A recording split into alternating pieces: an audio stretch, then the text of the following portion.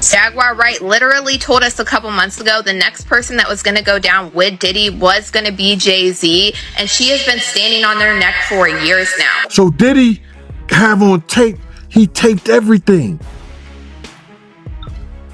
He taped everything and taped everybody.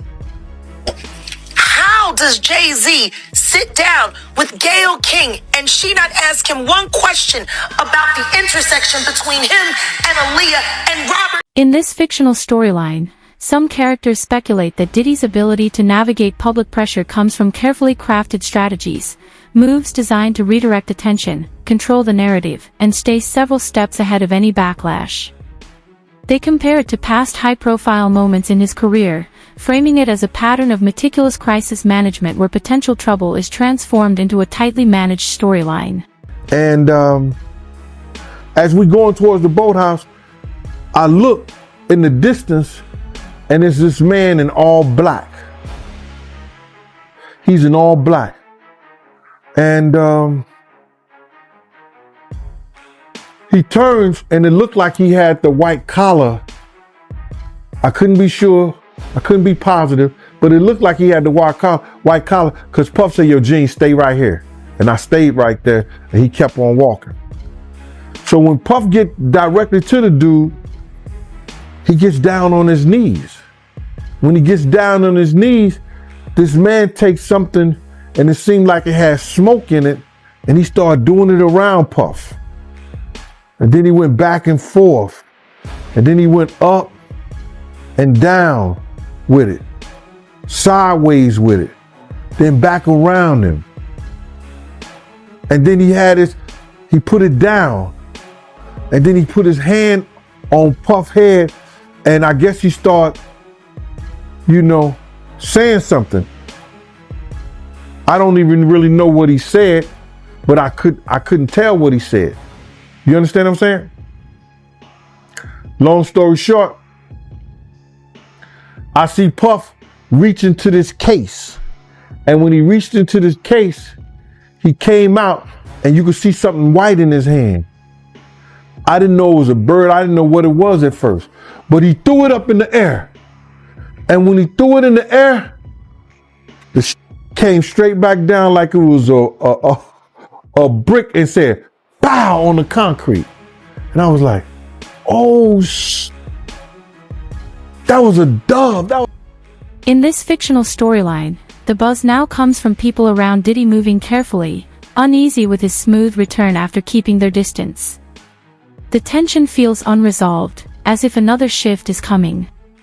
And whenever the conversation heats up, one name always sparks speculation: Jay-Z, as observers wonder who might be pulled into the next chapter.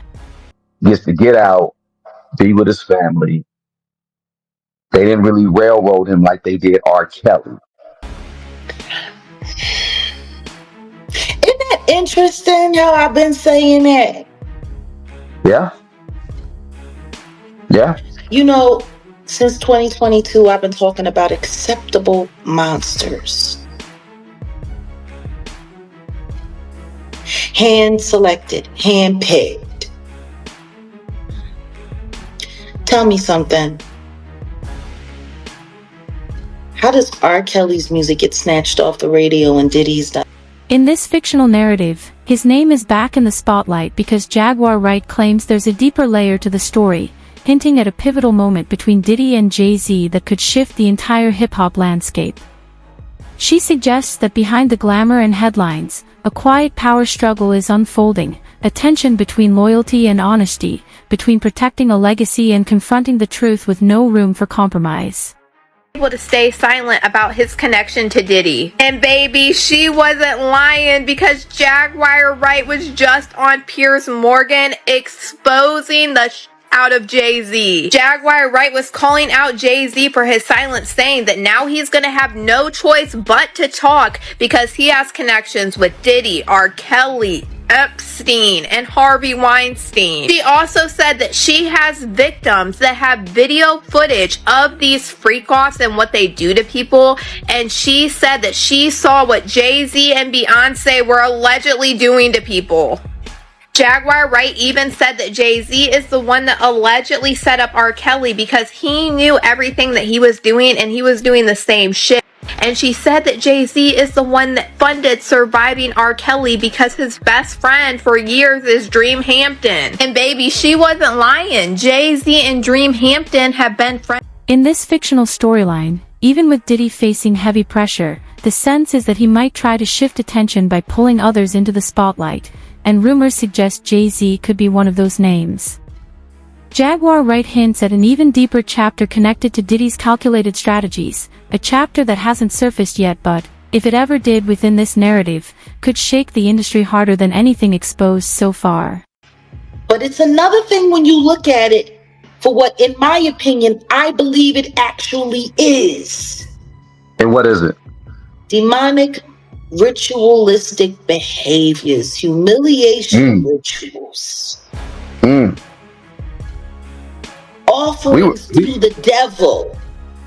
We were just talking about that. Revelation 17. The mystery of Babylon. I don't think people really want to get into that when they talk about mystery Babylon and the abominations and the rituals, the SEX rituals, the traffic to the, traffic jam. I mean, we all know the saying that they have out here, right? They say that the music industry, the film industry, Hollywood and all that is the devil's playground. So, I mean, I wouldn't be surprised. What about you? Leave it in the comments section. Let's talk about it, but let's also continue. The selling of your body, all that stuff, mystery of Babylon, y'all. Like, I want y'all to really think about what they were talking about. See, everybody was,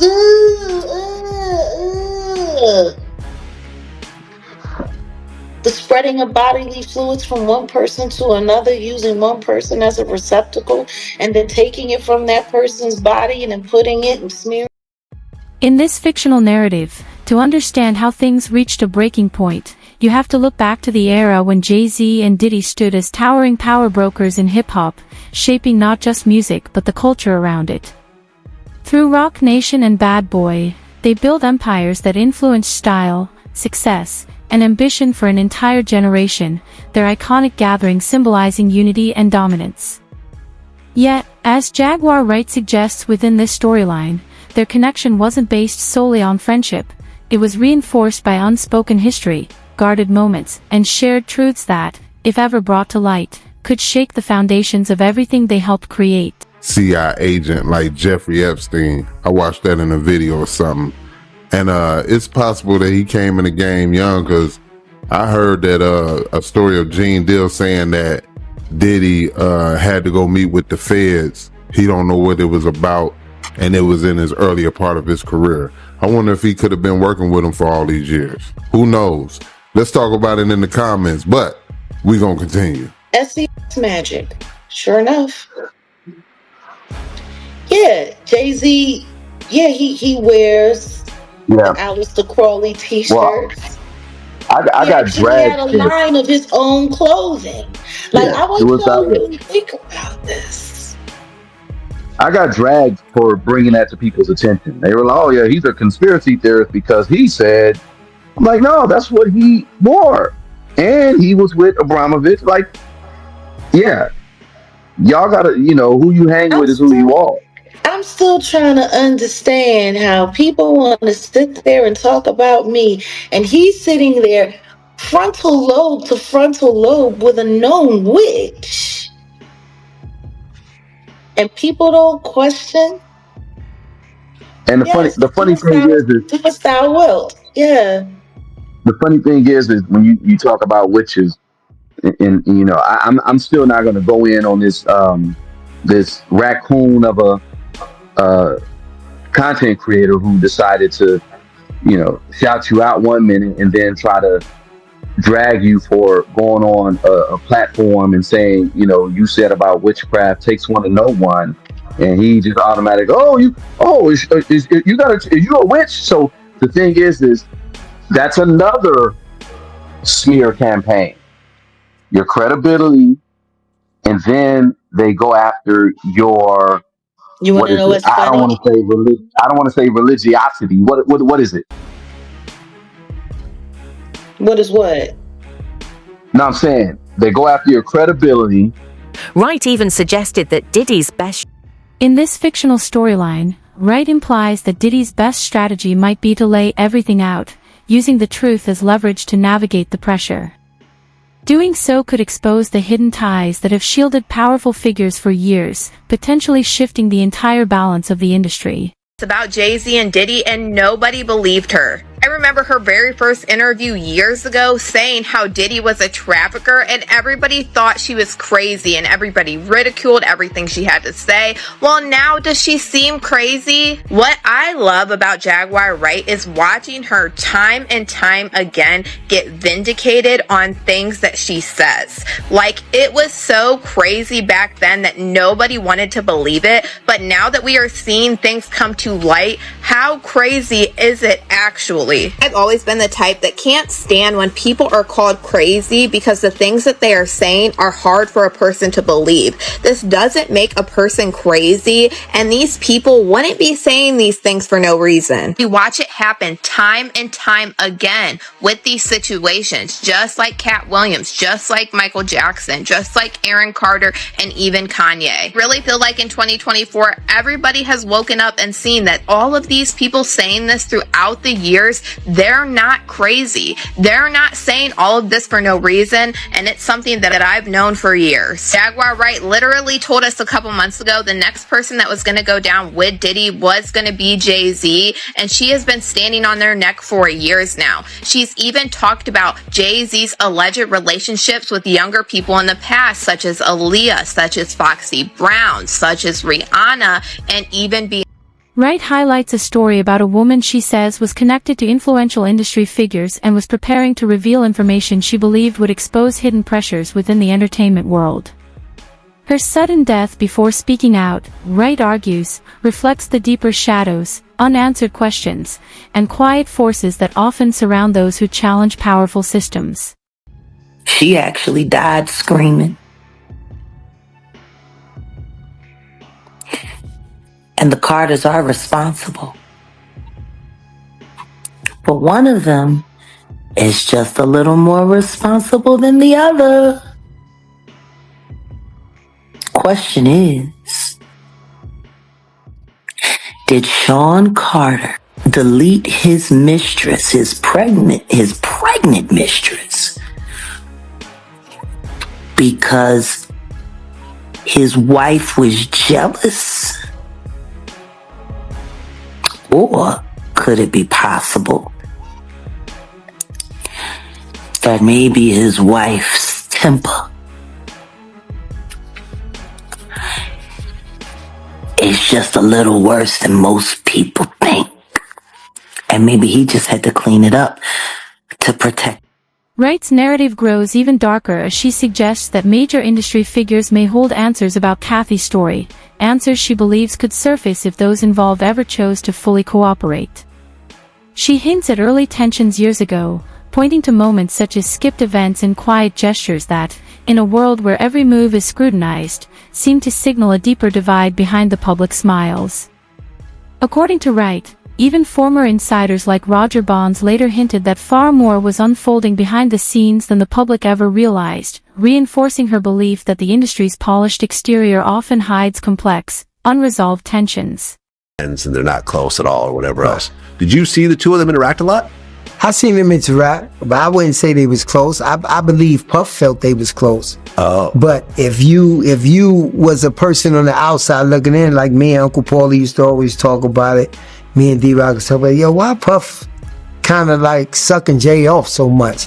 You know what I'm saying? Because you'd be like, we done flew to 5 or 6, 7 different concerts that Jay-Z has. But Jay-Z is not at one of Puff's shows. You know what I'm saying? You look at the Rock brunch where Puff will break his neck to get to the brunch. But Jay-Z don't pop up at any of Puff parties. You know, now I can only speak up until 2012. You know what I'm saying? And Puff was breaking his neck. Like, at the end of the day, in our mind, we say, yo, he ain't even invite Puff to his wedding. When he married Beyonce, Steve Stout and all of them was there. You know what I'm saying? And Puff was kind of in his feelings, but once again. Oh, Puff was upset he didn't get invited to the wedding? Of course he was. Oh. You know what I'm saying? But you got to remember, we're security, so we're bottom on a tote pole. So he's not going to show you that it really affects him until you have a little conversation with him, or you say something, or you overhear something. But he didn't get invited to that, you know. Yeah, Jay came through every once in a while. Like if we was in a yacht in San Tropez or one of these places like that, Jay might ride up, you know what I'm saying? And it's more or less to show, yeah, I got a yacht too. You know what I'm saying? Yeah, I'm out here too. More or less than we're tight friends. I look at it as two people that's getting money because they did have some businesses together and we did have to go to some meetings together. And it was like, this is how far it goes, but we're not friends. You know what I'm saying? Like people ask me that all the time. I be, Jay ain't really with Puff. It was no personal into it. It would be like if Ron Burgos is flying from LA on his jet, but Jay-Z just so happens to be going to New York too.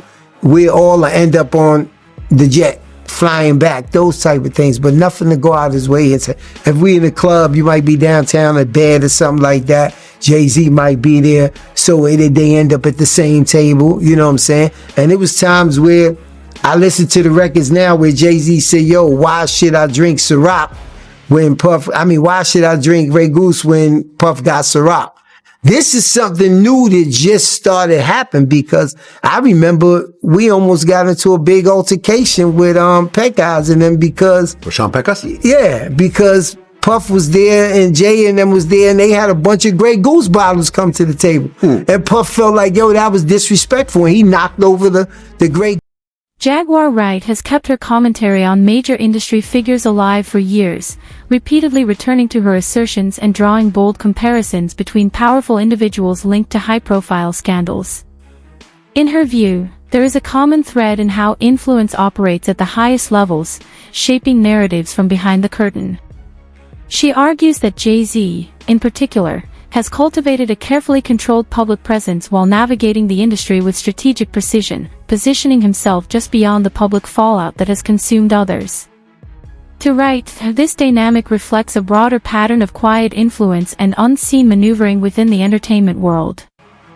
For enacting Hype Williams to put Aaliyah on a faulty plane to move her out the way as punishment for rejecting him, and so he could level up Beyonce, who was struggling. Let's just say allegedly that happened.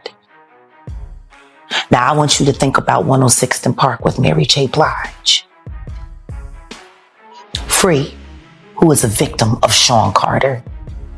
Yeah. Mary J. Blige, who is a victim of Sean Combs, are sitting there talking about the death of Aaliyah amongst each other. Think about that.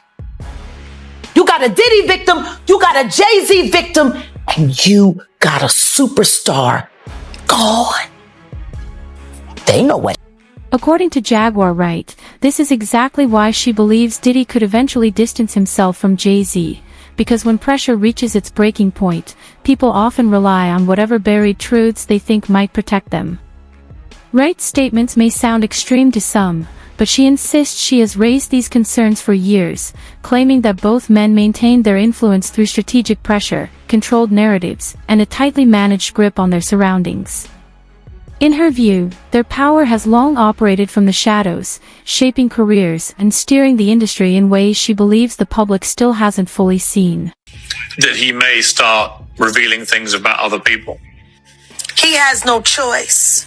His ego and his addiction won't allow him to do anything different. Anybody who thinks he's not gonna talk is crazy. He's got everybody on tape. They all know it. It's a mess. Dream Hampton spearheaded the Surviving R. Kelly campaign, which fueled the Me Too campaign. And that was all funded by Sean Carter to make sure that Robert Kelly went to jail. get his lick back? Why is nobody understanding that Dream Hampton was being financed and ran by Sean Carter? They were able to go and get all of these witnesses because he was there with Robert Kelly. How does Jay-Z sit down with Gayle King and she not ask him one question about the intersection between him and Aaliyah and Robert Kelly? This is insane that people keep refusing to see what's right there. How many victims potentially do you think there could be? Thousands. Thousands. I've talked to hundreds that I deal with still myself. I have 3 victims right now who are willing to give testimony about not only what Mr. Carter has done to them, but his... Whether Jaguar Wright's assertions are accurate or not, they've revived one of hip-hop's most persistent debates: how much unseen truth lies behind fame, wealth, and the silence that surrounds powerful relationships. She isn't the only one dissecting the dynamic between Diddy and Jay-Z. Commentators like Orsino have highlighted how quickly former allies seem to create distance once Diddy's public challenges escalated. Two figures once viewed as parallel forces, self-made moguls who rose together and shaped the industry. You know, it's so funny because my videos are being heavily suppressed. You know, I gotta read you guys this. It's funny. It's like they really want to corral everywhere I go and who I talk to and what I say. Oh, hold on. Where is it? Where is it? Where is it? Where is it? Oh, I don't have it in here. I sent myself the wrong one. No, that was a long. Oh, but then there is this. Oh, did you see this? Have you seen this?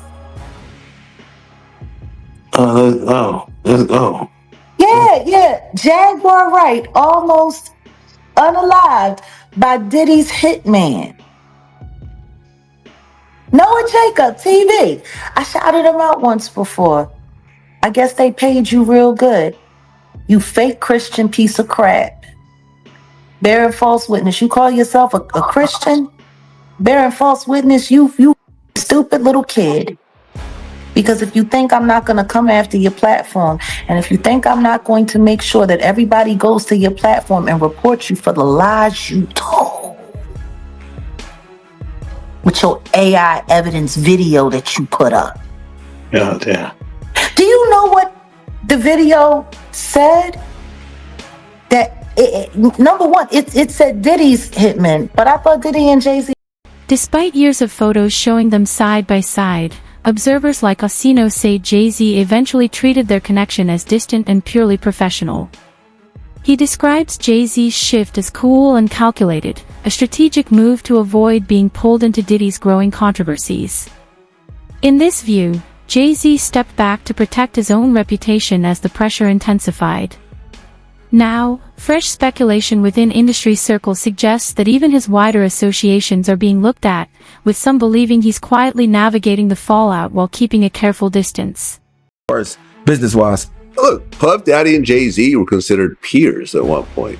Now, Jay-Z and Diddy are not talked about in the same Jay-Z sentence. got the fuck away from that shit fast. You know what I'm saying? Jay-Z was like, yeah, I don't know him. I know him, but not like that. Yo, the niggas got like 80 pictures together, all type of parties. I know, of course they know each other. Hov said, listen, I don't know. Hov said, you know, Hov ain't going for Hov. Like, I don't know, boy. We did it. We was together a couple times. I don't know. Within the industry, Perez's past cooperation with federal authorities is widely known and part of the public record, and for commentators like Orsino it raises questions about how someone with that background came to hold a top position at Roc Nation under a figure long associated with a street-honed image. To him, the contrast fuels broader speculation about unseen connections and quiet oversight within the industry's power structure. Others, including Gondal, have suggested that the situation surrounding Diddy extends far beyond any one individual, hinting at a deeper. Well, first Kanye West concerned. Here's the thing, right? Kanye, and I know some of the people around him, it's like Kanye can no longer do a lot of things he could do before. Like what? He can't tour in Europe. He can't tour in America. He has to go to like China, South Korea, like Brazil. There's only a few places in the world that'll book him. He can't even go into Australia. Like Australia said that the Hail Hitler song got him banned to even enter the country, even though his wife is Australian. He wasn't even trying to perform. They wouldn't even let him in the country. Listen, you start doing songs like Hail Hitler, you become a symbol of hatred to the world. That's like one of the worst people you could ever try. You know, I interviewed the dude that wrote that song, Dave Bluntz. You know, the big... Okay, what's that? Write this song? Nah, well, he performed it though. I mean, it's still his song. But yeah, no, Dave Bluntz wrote it. He also wrote the cousin song, the one about giving his cousin head. And I asked him, I'm like... So who's this guy? Who's this guy that wrote the songs? Is it Dave Bluntz? He's like the 600-pound rapper. Tapes, and I want you to give more clarity. So you believe they only got Puffy because they wanted these tapes. What do you think is on these tapes? Bro, you got to realize you got people like Prince Harry. Prince Harry was at a Diddy party. You got some of the same Universal executives. Diddy made it cool for, I'm just gonna say it like this, man, whites to hang out with the hood dudes. Dude from the hood, he made it cool and safe for them to hang out with the white executives. They used them for that. They used them enough, whereas that now you got white executives doing Diddy-like parties. Remember the dude from, Frantic? The clothing line, the sports line? They was mad because they didn't get invites to his party because he was doing white parties, doing parties like Diddy. Now I ain't talking about the freak off party part of it, but I'm just saying he was doing those parties and everybody, there was rappers, or I think Stephen A. Smith said something about he was upset that he didn't get no invite. So it was those parties that everybody wanted to be at. So Diddy have on tape, he taped everything. If the current speculation ever proves true and more major figures face fallout, some believe it could give Jay-Z and his wife room to expand their influence with less competition. Others think Jay-Z might eventually face scrutiny himself, though he remains well insulated, and building a case against anyone at his level takes time. Observers often note that he has stepped back from allies when it served his interests, and some suggest that if Diddy ever chose to speak publicly, it could shift attention toward Jay-Z altogether. It raises the broader question of whether these shifts reflect a deeper power play within the industry.